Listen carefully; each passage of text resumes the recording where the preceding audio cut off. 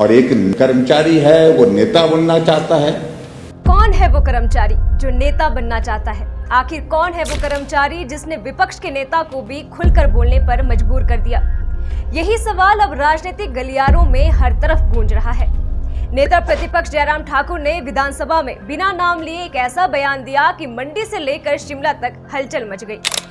दरअसल जयराम के इस बयान को माहिर अराजपत्रित कर्मचारी नेता प्रदीप ठाकुर से जोड़कर देख रहे हैं।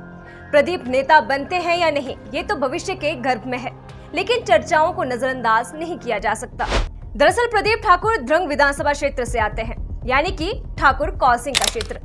हालांकि 2 चुनाव हारने के बावजूद ठाकुर कौल सिंह की सियासी पकड़ अब भी मजबूत है, लेकिन वर्तमान में उम्र करीब 80 पार हो चुकी है। 2027 के चुनाव तक उनकी उम्र 82 पार हो जाएगी। ऐसे में ध्रंग में अगर कौल सिंह नहीं तो उनके बाद कौन, ये सवाल राजनीतिक गलियारों में उठता रहा है और हर बार एक पिता पुत्र की जोड़ी का जिक्र जरूर होता है।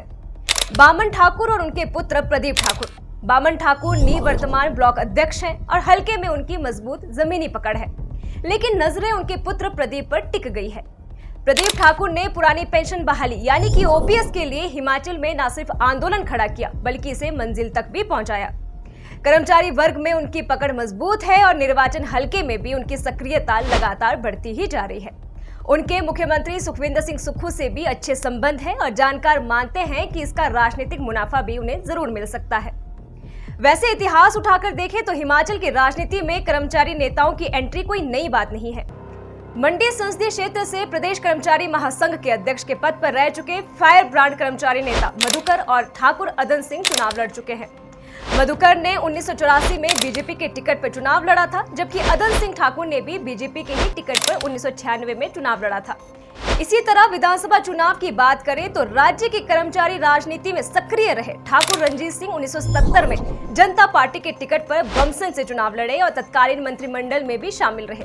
वहीं कर्मचारी नेता चौधरी विद्यासागर कांगड़ा जिले के कांगड़ा निर्वाचन हलके से बीजेपी टिकट पर 4 बार चुनाव जीते हैं और प्रदेश कैबिनेट का हिस्सा भी रहे हैं।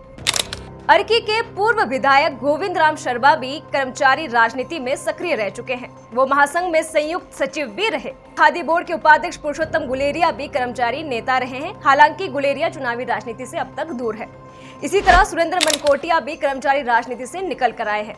हालांकि मनकोटिया के खाते में भी अब तक सिर्फ शिकस्त ही आई है। इस बीच चर्चा में प्रदीप ठाकुर का नाम है और ये देखना दिलचस्प होगा कि क्या प्रदीप भी कर्मचारी राजनीति से निकलकर चुनाव लड़ने तक का सफर तय करते हैं या नहीं। सटीक खबरें और उत्तम विश्लेषण के लिए देखते रहिए फर्स्ट वर्डिक्ट मीडिया। मैं आपके साथ रितु हांडा।